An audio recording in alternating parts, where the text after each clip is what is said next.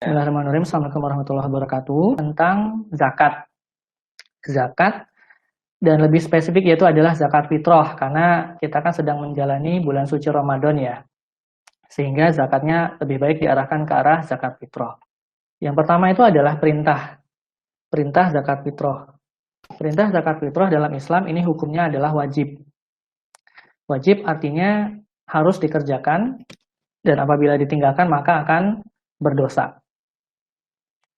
Apa dalilnya? Dalilnya adalah Quran Surat Al-Baqarah ayat 43. Yang bunyinya adalah wa aqimus sholata wa atuz zakata warka'u ma'arokiin. Dan dirikanlah sholat, tunaikanlah zakat, dan rukulah beserta orang-orang yang ruku. Dan seringkali kita, kalau misalnya kita menemukan ayat tentang zakat, itu seringkali dia disandarkan atau dibarengi dengan perintah sholat.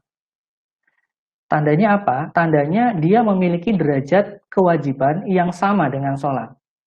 Ya, jadi kalau sholat itu wajib, maka zakat pun dia sifatnya adalah wajib. Maka orang yang dengan sengaja meninggalkan zakat juga akan dihukumi dosa besar. Nah, kemudian secara umum zakat itu ada dua, yaitu adalah zakat mal atau zakat harta dan zakat fitrah. Yang akan kita bahas lebih banyak pada kajian kali ini adalah zakat fitrahnya. Kalau yang zakat mal mungkin nanti kita sekilas aja. Apa sih perbedaan antara zakat fitrah dan zakat mal? Yang pertama, zakat fitrah itu adalah zakat bagi badan. Sementara zakat mal itu adalah zakat untuk harta. Maksudnya apa? Zakat fitrah itu lebih ditekankan kepada pribadinya, orangnya, siapa yang melakukan. Sementara zakat mal itu lebih ditekankan kepada apa yang dizakati. Hartanya jenisnya apa. Yang kedua, zakat fitrah itu dia terikat dengan bulan suci Ramadan. Karena dia diwajibkan di akhir Ramadan. Tapi kalau untuk zakat mal, itu dia tidak harus ketika Ramadan, jadi boleh bulan-bulan yang lain. Tapi memang mungkin kebanyakan orang membayar zakat mal juga ketika bulan Ramadan. Kenapa? Nanti biar ngitungnya gampang. Ngitungnya gampang. Kenapa? Karena pada zakat mal, itu ada ketentuan harus telah memenuhi nisab dan haul. Nisab itu adalah takaran minimal seseorang harus membayar zakatnya, sementara haul itu adalah waktu minimal seseorang sudah menyimpan harta tersebut sehingga bisa dibayarkan. Perbedaan selanjutnya, nah meskipun ini ada perselisihan di antara ulama, tapi yang lebih kuat itu adalah bahwa zakat fitrah itu harus berupa makanan pokok, yang dibayarkan itu dalam bentuk harus berupa makanan pokok. Sedangkan pada untuk zakat mal, itu bentuknya bisa berupa uang, atau ditentukan berdasarkan jenis hartanya. Bisa membayar dengan bentuk emas, perak, hewan ternak, hasil tani, dan sebagainya.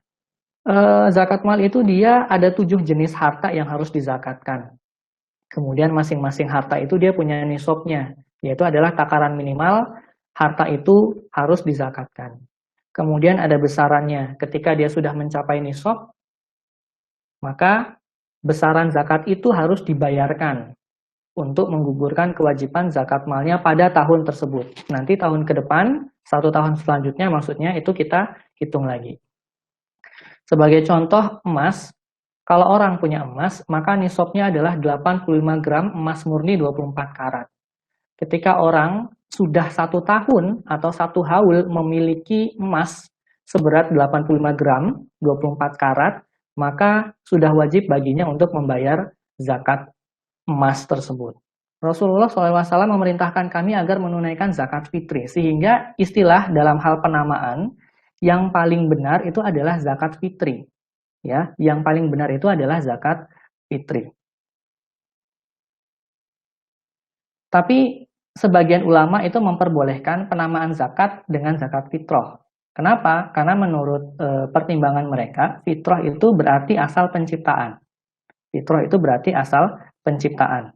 Orang tuh kalau baru diciptakan kan dia suci. Sementara tujuan dari zakat fitrah itu sendiri itu tujuannya adalah untuk mensucikan orang yang berpuasa sehingga kembali pada fitrahnya. Jadi tujuan zakat fitrah itu sebenarnya ada 2. Yang pertama itu adalah untuk memberi makan orang-orang miskin, ya, memberi makan orang-orang miskin, dan yang kedua itu tujuannya adalah untuk mensucikan orang yang berpuasa dari bersenda gurau dan kata-kata keji. Bersenda gurau itu mungkin maksudnya adalah hal-hal yang kurang bermanfaat ketika selama bulan puasa, dan kata-kata keji itu adalah maksudnya adalah kata-kata yang kotor yang seharusnya tidak dilafalkan dari mulut seorang muslim. Nah, itu semua bisa dibersihkan ketika seseorang itu dia membayarkan zakat fitrahnya. Apa sih syarat untuk zakat fitrah ya? Syarat untuk zakat fitrah. Yang pertama adalah Islam, yang kedua adalah memiliki bahan makanan lebih dari 1 sok, dan yang ketiga adalah telah masuk waktu membayar zakat fitrah. Ya, syarat yang pertama yaitu adalah Islam. Artinya apa? Artinya adalah bahwa zakat itu wajib bagi setiap muslimin. Orang merdeka maupun budak, laki-laki, perempuan, masih anak kecil, kalau mampu bayar sendiri, kalau tidak mampu maka dibayarkan oleh walinya. Kemudian selanjutnya adalah memiliki bahan makanan lebih dari 1 sok. Tapi memiliki bahan makanan lebih dari 1 sok ini ada rinciannya, yaitu adalah untuk kebutuhan dirinya sendiri dan keluarganya selama sehari semalam ketika hari raya. Dan yang terakhir itu adalah telah masuk waktu wajibnya pembayaran zakat. Sehari atau 2 hari sebelum hari raya. Ada juga hadis yang menyebutkan sampai 3 hari sebelum hari raya sudah boleh membayar zakat, itu ada. Kemudian pagi hari raya sebelum berangkat sholat id. Dan sebelum sholat id. Dari yang pertama ke yang kedua ke yang ketiga itu keutamaannya meningkat. Jadi yang kedua lebih utama dari yang pertama, yang ketiga lebih utama daripada yang kedua. Nah, ini ada sesuatu yang baru diperbincangkan di Indonesia baru-baru ini. Menurut para ulama Syafi'iyah itu dibolehkan, ya. Jadi membayar zakat fitrah sejak awal Ramadan itu dibolehkan menurut pandangan dari para ulama Syafi'iyah. Zakat fitrah itu wajib dengan 2 sebab. Yang pertama adalah puasa pada bulan Ramadan dan berbuka dari bulan Ramadan. Kemudian berapa ukurannya? 1 sok. 1 sok fitrah.